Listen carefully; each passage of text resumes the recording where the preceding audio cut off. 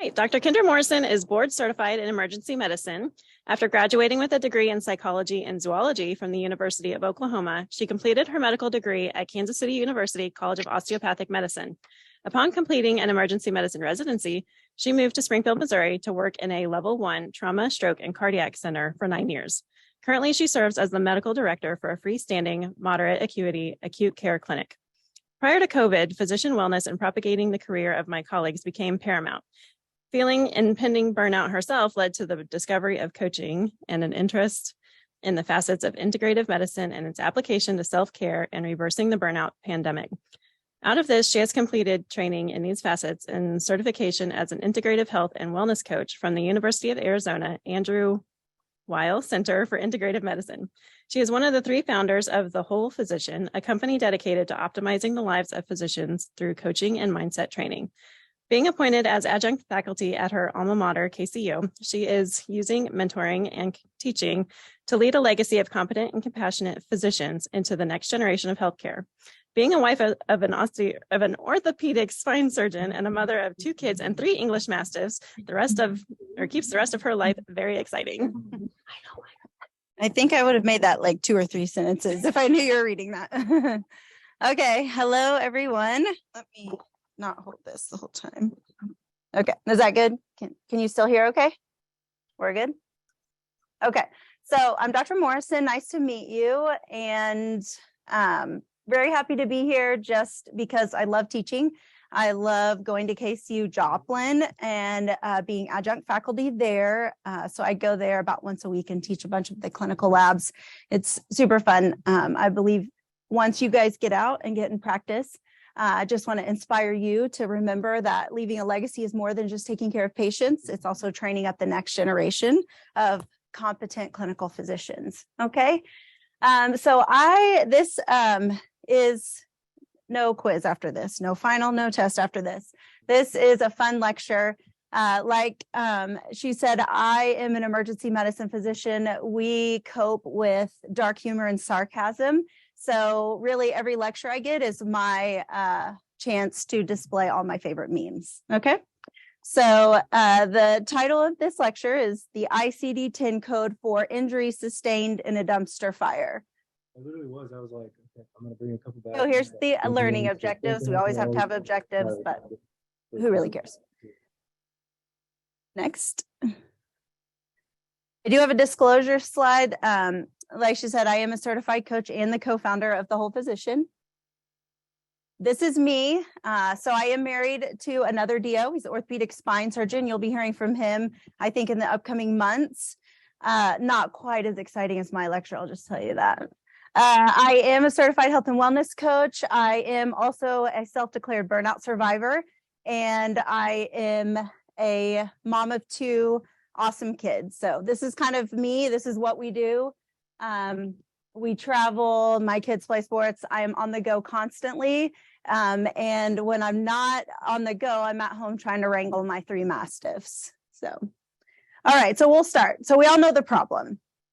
And as you can see, this is migraine, stress, and then working in healthcare. So next. So here's some statistics. You can read these, but basically what I wanted to draw from this is 2 things. One, almost half of all physicians report some kind of burnout sometime in their career. And the majority of those are female physicians. And just like that last slide show you, there is plenty of evidence why there's a predominant female physician burnout. As you can see, I also have a full-time mom role as opposed to my job being a medical director, all the things. So there is a predominant female burnout percentage, but as you know, there are things that we can do to kind of help thwart this, and that's what this lecture is about. The other striking thing is the statistic that has recently come across probably all of your social medias and everything is we're averaging about 1 physician a day committing suicide. So a sobering fact that we don't always like to bring up, but we do need to be aware. Next. So in 2021, this came out about June I'm sorry, the study was June to September of 2021, and the results came out the beginning of this year. And I just want to bring that to your attention because it was about halfway through the COVID pandemic. So Medscape sent out a interest survey, and there was about over 13,000 responses, which was pretty impressive. And it was across all specialties. So you had to be a physician. You had to obviously be able to participate in a 10-minute survey. And there was 29 different specialties represented in almost every state in the US. Next. So here's just a few of the statistics or the compilation of the data from the surveys. This one is obviously why it's near and dear to our heart, because as you can see, my specialty takes the #1 spot. I prefer that the Oklahoma Sooners be the #1 spot and not the emergency physicians on a burnout scale. But unfortunately, approximately 60% of emergency physicians are claiming some kind of burnout. And as you can see, #2 is critical care, and infectious disease kind of rounds out that top 4. And sort of you can kind of realize the correlation with the pandemic, maybe. However, we do know that burnout started well before we got hit with the pandemic.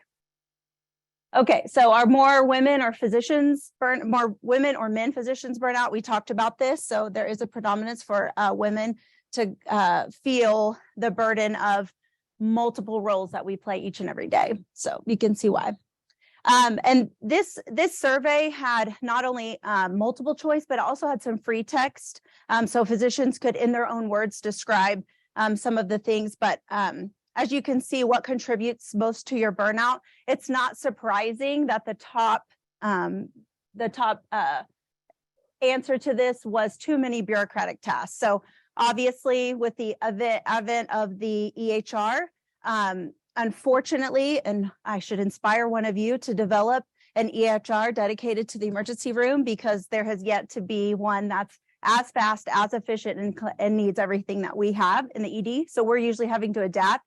Either it's too much or too little. And so you can see where charting, paperwork, dictating, all of the things adds to 60 in the waiting room, 35 boarders, all of these things. So you can see where too many bureaucratic tasks would take the cake. And it's not just emergency medicine specialties. Obviously, that's my specialty, but it's the critical care docs, the hospitalists, anyone hospital-based. The EHRs just really are making it an abundance of information clicks and just daunting tasks that create quite a bit of fatigue. Okay. Wait, 1 second.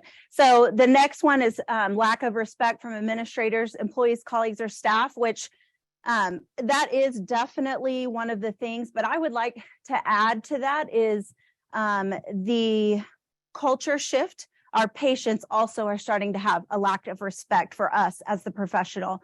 It's no longer that you go seek the advice of the physician. Most of our patients, I would say, so even if it was 51% of my patients come in and they've already researched something, they've sought out Dr. Google, WebMD, some kind of podcast, something that's been made accessible to them, and they're looking for me to validate it more than they are to determine and diagnose. So as you can see, once again, another thing to create burnout, you're spending less of your time actually doing the history and physical and trying to come up with some kind of diagnosis, or at least rule out the icky badness, and you're spending more time trying to validate all of these red herrings, zebras that they bring in that they just know they have. Okay, it's exhausting.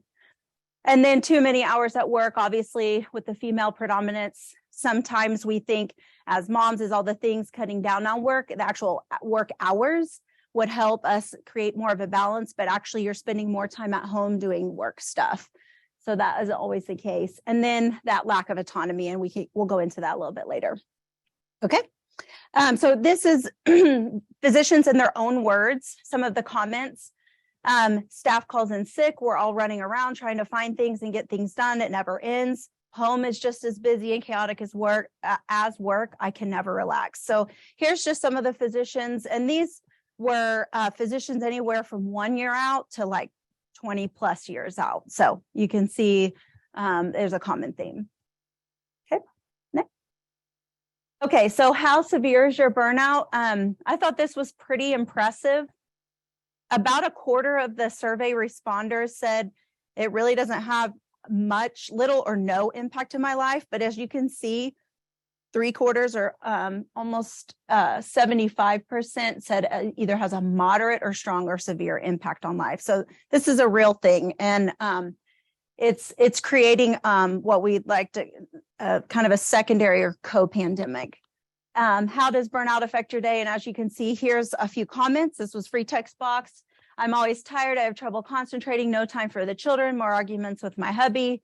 I'm grumpy, unpleasant to be around. I don't care about anyone anymore. And I don't care about my hobbies anymore. So there, as you can see, apathy, despondence, withdrawal, all those things. They're really creating a healthcare environment that not only is creating sort of a withdrawal or a physicians leaving medicine, but also not even really finding any more purpose in something else or anything else that they would like to do. So, okay, next. Here, more. What have you done for your burnout, and then why have you not sought help for burnout and depression? So one of the things I wanted to bring your attention to was most people, or about a third, 29%, participate in meditation or other thought stress reduction techniques, which is what I'm going to tell you about here in a little bit. And then obviously there's other things like, I don't know, hired additional staff, spoke with admin, made workflow changes, changed work altogether, or reduced my work hours. So all these things in an attempt to cope. And then why have you not sought help? So this is what I want to bring your attention to. Half said, I can deal with this without help of a professional. Now, most of us think professional is some kind of mental health professional or something like that. And so that is kind of a complex response to that question, because you know, we already know that if you were to declare that you got some kind of professional mental health diagnosis or clinical help, or we're seeing anyone, we'd have to declare that on our application for licensing. And so it's kind of loaded. But the other part of that, just as strong, is we're taught, and I know you guys are starting, you know, your med school, really getting out there in the clinical world and through residency. But one of the things that I want to encourage you is not to fall into that trap of, I can handle this myself. Everybody else is, so why shouldn't I? Okay. Next. Okay. So this is, have you used services of companies, individuals, or coaches who offer programs to reduce burnout? And so, like I said, 11%, so 1 in 10 have sought any kind of professional help, and about half said no, but they would consider using. Okay, so this is one of my favorite memes. We must return to work no matter what, even if you fall off the cliff and die. Okay, so what I'd like to introduce you is the concept of health and wellness coaching. So this is kind of the dumpster fire, the attempt to put out the blaze. So what is coaching? So coaching is basically mindset training. So it's taking the tools that you know and have that are going to make you amazing clinicians and working those to benefit you. So I don't know, anybody else here is like MLB, NFL, NHL fans? Anybody? Okay, these major league sports athletes get assigned a coach from the second they sign the contract. Even if they're making league minimum, they all get a personal coach. Same with CEO, all the Fortune 500 companies, if you're like C-suite or higher, you get assigned a coach. So this is has been used for decades, and people in that higher echelon or that leadership role. It partners with you to kind of work through some of these thought-provoking manners. It helps you to kind of train your brain instead of going down this, you know, dark spiral vortex and you can never get out of it. Actually teaches you to recognize that in the beginning and come up with a more positive, future-focused mentality. Okay. So it already sees you as whole, resourceful. And like I said, you already have everything in you because you guys are on your way to becoming physicians. So all of the attributes you have that got you this far, we just pull those out and optimize those so that you can always show up as your best self. And then it's also based in positive psychology, cognitive behavioral therapy, loosely associated with that. Okay. All right. So how is it different? So coaching is not a mentor. It's not an advisor. So if you have a mentor physician that you've always looked up to, maybe one of the reasons why you went to med school, it's not really a mentor, someone to kind of like help you, that has helped you get this far. It's not an advisor like your college advisor or med school advisor. It's not a therapist. There's no stigma around this. This is completely voluntary, and it's using it as like a partnership. So you have a partner to kind of come along this journey and just kind of create some of these opportunities for you to become aware of some of the programming, some of your limiting beliefs, some of the things that maybe you developed over time that maybe worked for you before, but maybe aren't going to work for you in the future. And also creates a safe space to be honest and vulnerable. Okay. So how can it help? So like I said, we uncover limiting beliefs. We learn some tools to navigate the life and career. We decrease unnecessary suffering, which is this box, this do not break down. I'm trying box. We improve our outlook and it's very future focused. So we want you to create your best life.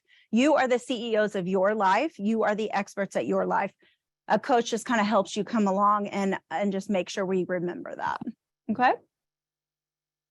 So what are some of the clients or some of the topics that our clients are commonly addressed? Things like imposter syndrome. You guys would know what imposter syndrome is. You might have thought this, like, how did I get this? Like maybe when you got your acceptance letter to med school or whatever, you were like, I don't know, they're going to figure me out.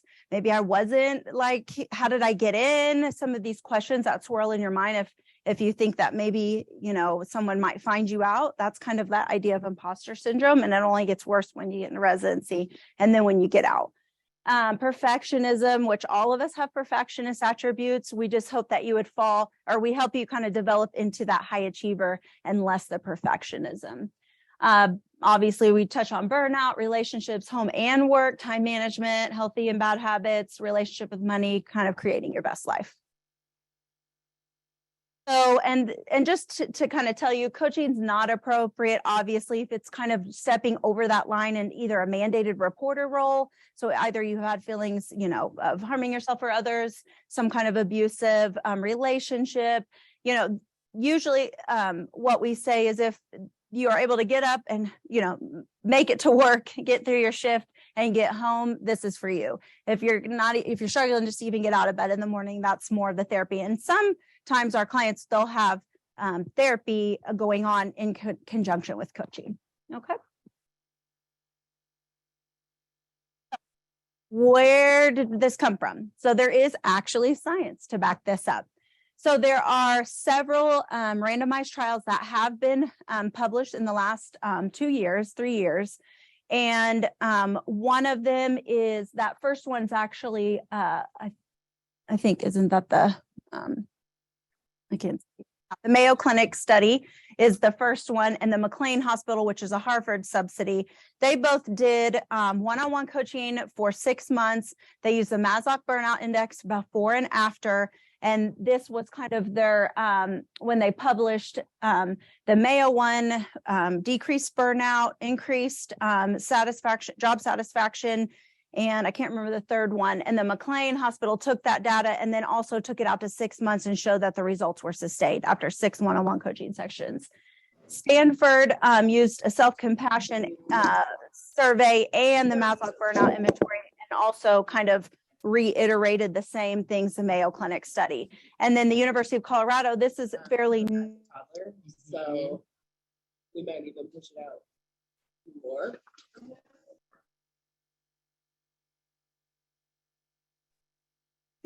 And so, and the predominant was the groups were female physicians. And now we actually know the two residency or the two study directors, and they are now going from this study, which was, I think, 50 or 60, and they've enrolled 2,000 now. So they're going to have a more robust study. Okay, next. So here's the Mayo Clinic study. Like I said, 6 sessions. These were the topics discussed. And so, emotional exhaustion, burnout, resilience, and quality of life, all those showed statistically significant. And then next study. So the McLean Hospital, the Harvard subsidy was the showed same things, and that they were sustained at 6 months. And so here's the newest studies, the Stanford, which also burnout, self-valuation, and sleep-related impairment improved. And then this is group coaching, and these are residents. Okay, so how can we get out and stay out of the dumpster? The dumpster fire is what we like to say in the ED, because every day we walk in, it's on fire. So Viktor Frankl had this very moving quote that I think is very appropriate. Between stimulus and response, there's a space. In that space is our power to choose. In our response lies the growth and the freedom. So that's what we're talking about. So you have a stimulus that comes in. So something, a circumstances, you're in med school, so you're going to have rotations. We all know that, right? And so it's not till you get on that rotation and start to form some thoughts either about your attending or the type of specialty or whatever. That's what kind of creates that response. It creates a feeling, some kind of feeling, frustration, whatever it is. And then that gives you your action in action. So this is kind of the how it's based loosely on that cognitive behavioral model.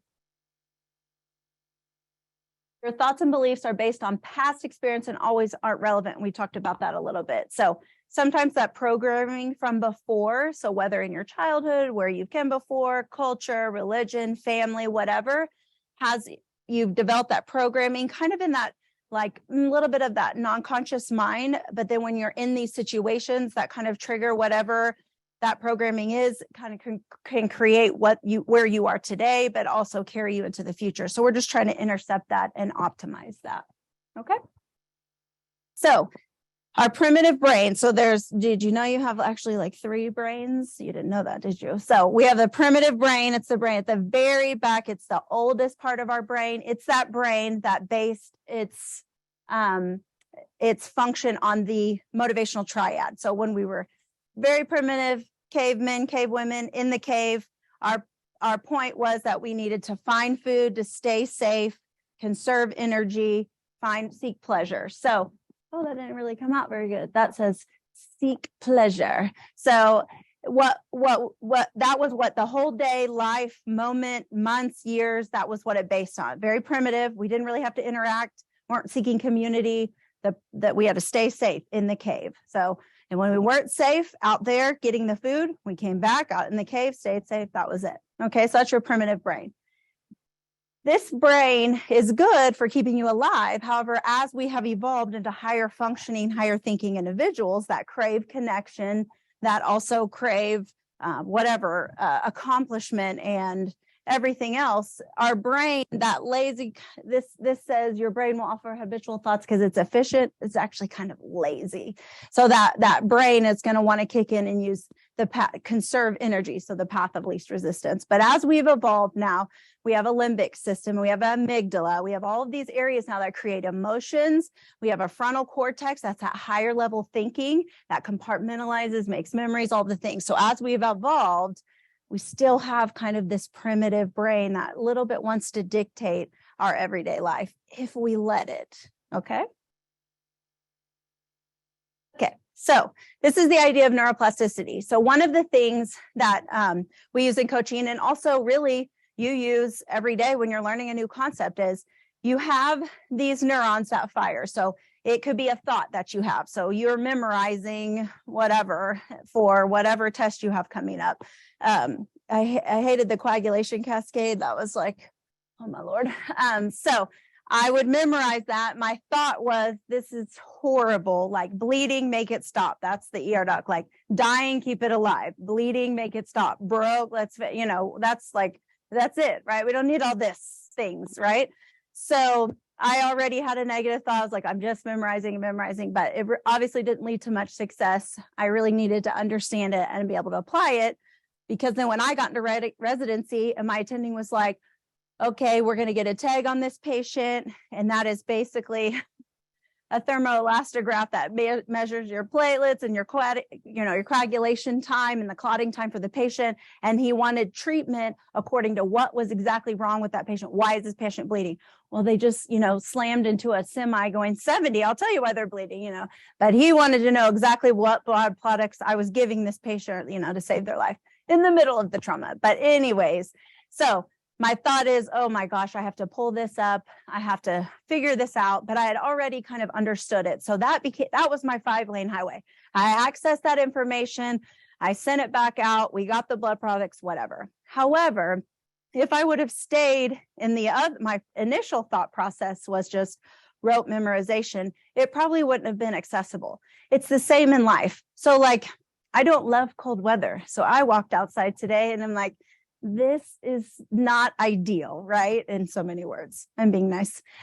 So this is not ideal. This sucks, right? It's too, like the sun's out. It should be a lot warmer. So my thought goes that 5-lane highway that I've developed, that I don't like cold weather. I don't like cold weather. However, if I wanted to change that, if it was creating an undesired result in my life, like I would never get outside when it was cold, I could go back and think about, okay, I'm going to change this thought and start to develop a new pathway. And I want that to become my new 5-lane pathway, so that I automatically, or my default would be go down that highway. So that's the idea of neuroplasticity.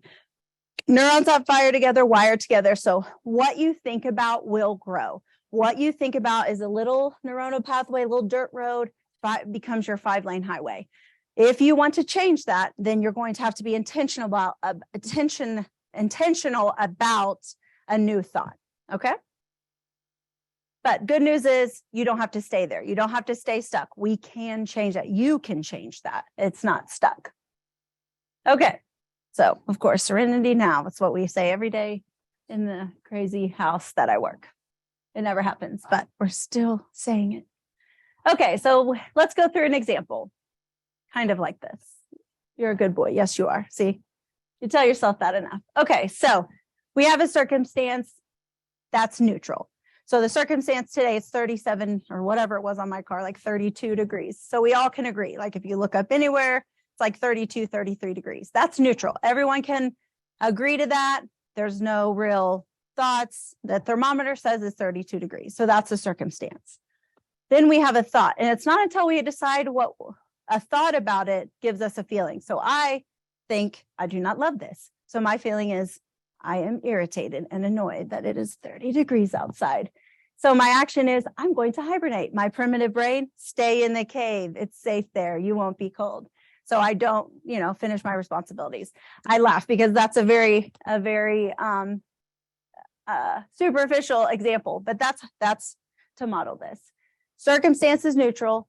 It doesn't become something in our brain until we develop that thought. Okay, so it starts in our mind because our mind tells our brain, this is the neuron that I want to fire. This is the path we're taking. And then it gives you a feeling. And the feeling is just that sensation. I'm annoyed. What does annoyed feel like? It feels like a headache. It feels like whatever, tense in my neck, whatever it is. And then you do something or you don't do something, like I don't get out of the house today. It's too cold. And then that's the result. Oh, I didn't show up for this lecture. They'll probably want to invite me back, right? Okay.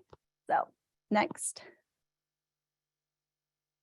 Step 1 is what we call a thought dump. So basically, you get it all out. No judgment. You just kind of write. So if you're starting to become aware of some thoughts that are giving you some kind of these undesired results or maybe not the actions that you want to take in your life, you start to kind of write it down. Like, how am I getting here every single time? Why am I going down this pathway? What is triggering me? What are my thoughts about this? No judgy, just get it all out. Just write it all out, right? That's pretty dark, but it's just for you to kind of get from what's in here out on paper so that you can get it out there and start to kind of compartmentalize. Okay, here's real work example. So this is where I used to be. I can't believe I have to go to work today. That place is an absolute dumpster fire. We're understaffed. I see I have to work with so-and-so partner, which isn't always desirable. He's a total jerk. It's so lazy, doesn't pick up his fair share. It could go on. And it's going to be 10 hours of misery. This is going to suck. Okay. So you can see just reading that, like, where does your brain go? In the dumpster fire. It's not really setting myself up for a shift that I actually enjoy. And probably if anyone else is reading this, you guys understand because you're med students, but they're like, why are you working there? Why are you like kind of insanity? Why? This is what this place makes you feel like. Why do you keep going back? Right? Okay, next. So we can find the facts, which is our circumstance. What out of this paragraph is actually the facts? Well, I'll have you cheat sheet here. So you have to work today. That's a fact. You're on the schedule at whatever time you have to work. That's everyone knows that. If I handed you a schedule, you would say, Dr. Morrison, you work today at 9. Okay, that's it. You know you have to work with so-and-so because that's what the schedule says. Once again, you could confirm that because I would hand you the schedule. And then it's 10 hours. So our shifts are 10 hours or 9 hours or 8 hours, whatever. So out of that whole thing, we have what? 3 facts, 3 actual facts. Okay. All right. So what are we going to do with that? Well, we're going to identify some problematic thoughts, feelings, or actions. So what do you think? I've given you the cheat sheet, but what do you guys think? What would you say could be problematic in this little thought download? Anyone? Come on, wake up. You got it. You got it. You got it. What's problematic in this? So I gave you the facts. I have a shift. It's 10 hours and I work with Dr. Morrison, the male Dr. Morrison. He doesn't like to come to the ER. So what are some problematic thoughts? One of them, somebody say something. He's lazy. That's going to take you down. You're going to show up already be annoyed with that guy, aren't you? Yeah, good. What else? What else? Okay, good. I have to work. But do we have to work? Do we have a choice? We actually do. I don't have to show up. Now I'm going to be like homeboys out here as on my way in, sitting on the bench out there, but that's a choice. It's a choice. Good. What else? What else, guys? Come on, 2 more.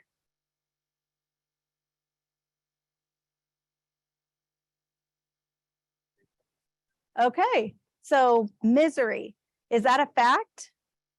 What if someone came in and you nailed it, defibrillated him, they woke up and lived?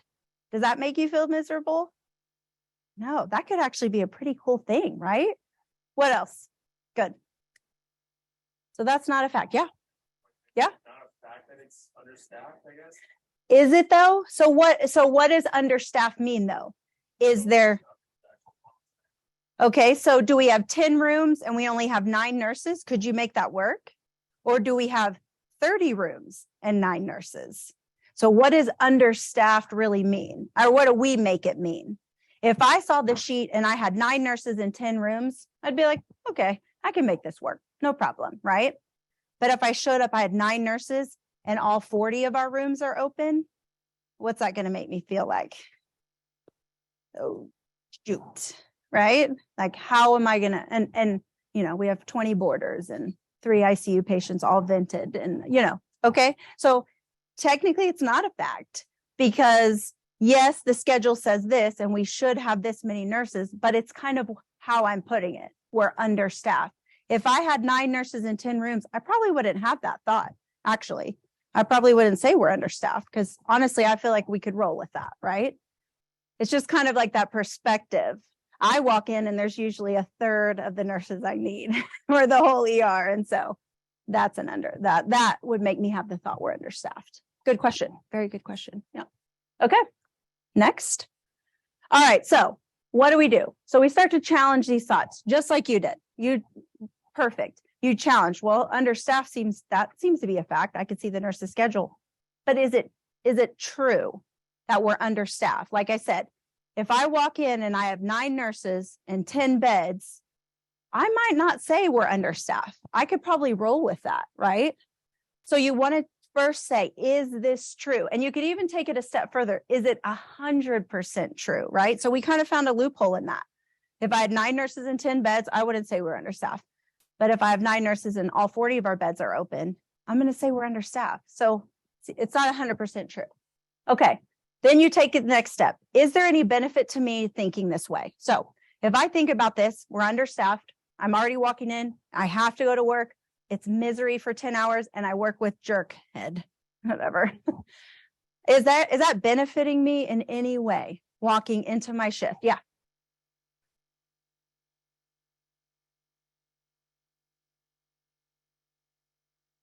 We call that future tripping. Exactly. So we future trip. So when did I start thinking this? What if I told you the second I woke up on my shift? So say I woke up at 6 a.m. and my shift's not till 3 p.m. and I'm doing this all day. So now what have I done? I'm future tripping. So now I've ruined from the second I wake up, 6 a.m., already dread, this sucks, misery, all the things. My shift's not till 3 p.m. How much time have I wasted of a day that I could have gone out and done something I loved? Go have lunch with that friend. I don't know. But see my point? So yes, you're right. The brain is protective. What did we say about that primitive brain? Stay in the cave. It's safe there. Stay in the cave. Conserve this energy, right? Okay, so it's that primitive brain. So we have to be intentional. Next, why am I choosing to think this? Am I okay on time so far? Okay, why am I choosing to think this? So why? Well, what have my last 5 shifts been like? I've had 10 nurses in 45 rooms. This is my 3rd shift working with Dodo Bird over here, right? This is my 3rd shift in a row of 10 hours. I've gotten this much sleep because dogs were barking. My kid got up in the night, he's sick, whatever, right? Why am I choosing a thing like this? Well, I just listed 4 reasons why. It's dread because all these things I've listed, right? That's just an example. And finally, is there any other perspective? Is there something else I can think that would actually serve me better in this situation? What do you guys think? Anybody have an idea? Is there another perspective we can think of? Anyone? With the example I gave you, anyone want to throw something out there? Come on. Your self-coaching. You guys are going to be amazing when you get through this lecture. What do you think? Yeah. Hey, yeah, something happened over the last 10 hours. I don't know. He met Jesus. He got married. He got laid. I don't know, whatever. So today is his day, right? Good. What else? What else? Anyone else have anything? So we address. Yes. So I get to go to work today. I get to go help as many people in my community that I love and that I care for. I get to go help them. I get to go make an impact in somebody's life. Excellent. Excellent. What else? What are you going to say? Right. Right. You could show up and it's not COVID plus flu plus RSV season, right? It's not the triple demic, right? What if you only had one patient an hour? Okay, so right, it's not as busy. Good, good. See, you guys you're getting it. Okay. So, all right, so here's what we worked through. This was our intent. This was where our brain went. Terrible, suck, dread, negative, negative, negative, negative, right? Future tripping. I've ruined my experience. I woke up at 6 a.m. I'm not even going to work at 3. I've ruined all that time there. Okay. So what you guys just did was think, okay, so my circumstances, I have a shift today. It's 10 hours and I'm working with Dr. Dodo. What if I thought, what kind of shenanigans could happen today? Right? So maybe we have a feeling of curiosity. So we're curious instead of furious.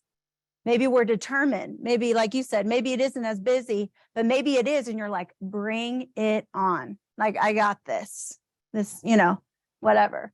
Or maybe it's amusement. Maybe it's like Dr. Dodo, last time he put the whoopee cushion in my chair. Oh, I'm going to get him stool samples going in the chair or something. I don't know. Okay. So amusement. Okay. So see now these feelings of like curious, maybe sarcasm, maybe amusement. I tend to go to the curious amusement side. What naked guy is showing up today in the back of an ambulance or cop car from the square, right? So you show up, you take on your role as the leader of that department, because as a physician, wherever you work, you are the leader. And then your shift goes as smooth as you expected. Maybe it wasn't as busy. Maybe Dr. Dodo like kicked it in gear, lit a fire, and he has taken, just as many patients as you. Whatever it is, see how just that little shift, like that didn't work. This kind of works a little bit better, right? Then you have that last shift of 3 in a row. And then after this, you have 7 days off, 6 days off. And then you actually enjoy that 6 or 7 days that you actually have off or whatever your shift schedule is. Okay.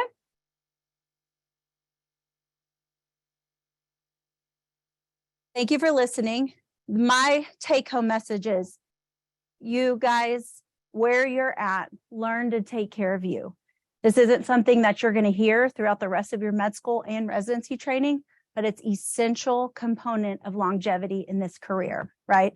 I wish I sat in that chair and listened to something like this, something about taking care of me, something about fixing my mindset, optimizing the tools. Did you all know that every thought that you have that comes in your mind isn't 100% true? Every thought you have should be challenged. If it's not serving you, challenge it. Ask why I think this way. Is this really benefiting me? And how could I maybe come up with a different perspective? So I want you guys to take care of you starting today, whatever you have to do. If it's cutting something out, so you have 15 minutes to do something you want to do, I don't know. But always make sure that if you take care of you, you will be full and ready to take care of others. The more depleted you are, the harder it is to pour from an empty cup. I'm sure you've all heard that. So these are things. You guys are amazingly bright, brilliant, the next generation of clinicians, and you have everything in you to be successful. However, you need to also realize that you're human, and your humanity is what makes you a good physician, not all the boards and all of the knowledge and everything. So next is questions. Anyone have any questions? Yes.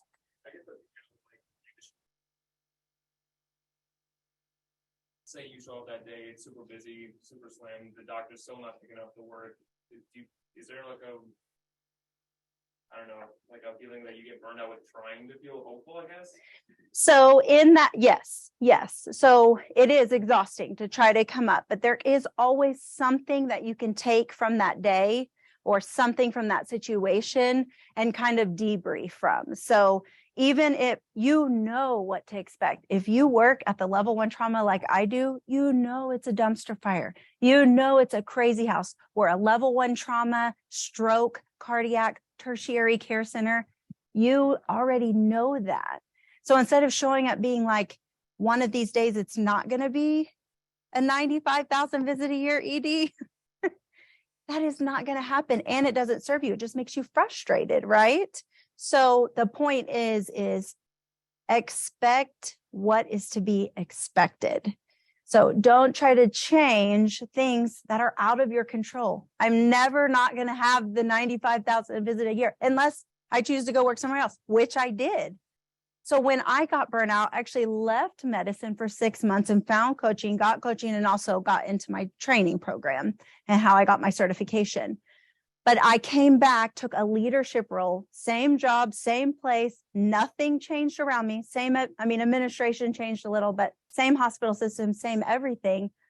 But I knew that I was more empowered. I had the control. I knew what to think, what to do.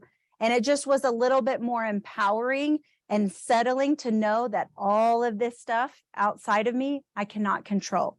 But that, and if you read like this Wellness 2.0, they have a bunch of stuff now. There is a big initiative for administration and big health systems to start, implementing some of this. But if you read on there, they'll tout that it is 80% organizational. 80% of our problem is organizational. It's administration. It's a healthcare system. It's all the things, but we can't change that. We can't control that. Yes, you can advocate for patient care and all of the things, but that 20% that you can control makes a huge difference. And it's not only going to affect your work life, but it will help with your home life and your relationships outside of work too. So it's taking ownership of the part that you can take ownership for. Okay. Yeah.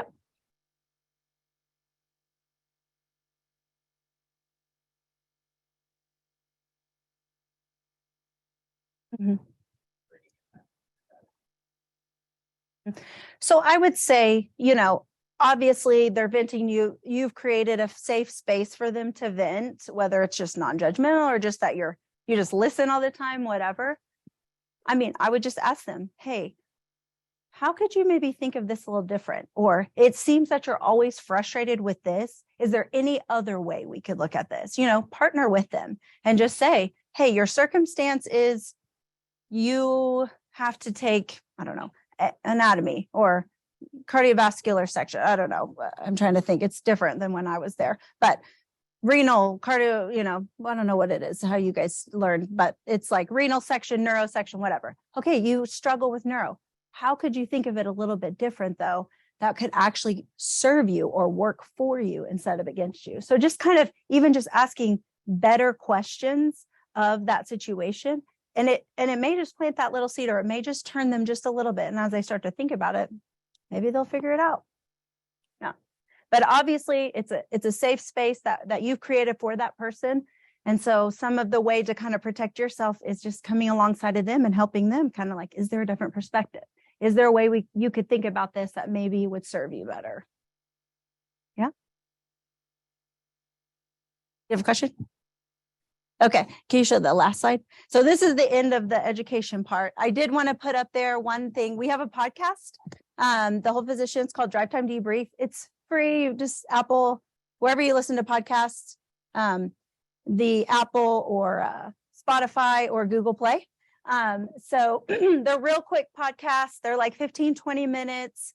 And they're just all of these topics. We talk about all these things. We're 3 ER docs in our company, and we just talk about all things. So things like limiting beliefs, things that, all the kinds of things, cognitive disorders. And we go through all the thing about limiting beliefs and imposter syndrome. And then we have guests on too that bring different perspectives. So there's tons of docs out there that are doing this work, and they bring so much expertise to this field. So that's our podcast. And then we also send out just a weekly email. It's called our weekly well check. So if you scan that QR code, you'll get like our weekly kind of just little boost, little nugget of something for wellness that will just come to your email. And so just want to let you all know about that. And that is it. Is it good?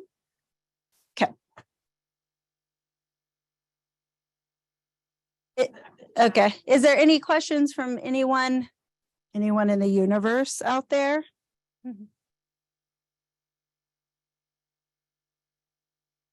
We'd take field questions from the interwebs. Thank you guys for listening. Thanks. Just a little different perspective. Hope that was a little bit different than what you guys are used to hearing, but very, very essential. And like I said, take time to kind of think it over, check out our podcast or sign up for our weekly well check, and you'll kind of get, just a little bit of nugget here and there, and it can take you into residency and then into your career. Because, obviously all of us that have been out here, done this, burnout survivors, whatever, we want longevity for you guys, because obviously we're going to age out at some point. So we just need to always be propagating that next generation, and that's you guys. And so anything I can do to help, just feel free to reach out. Thank you.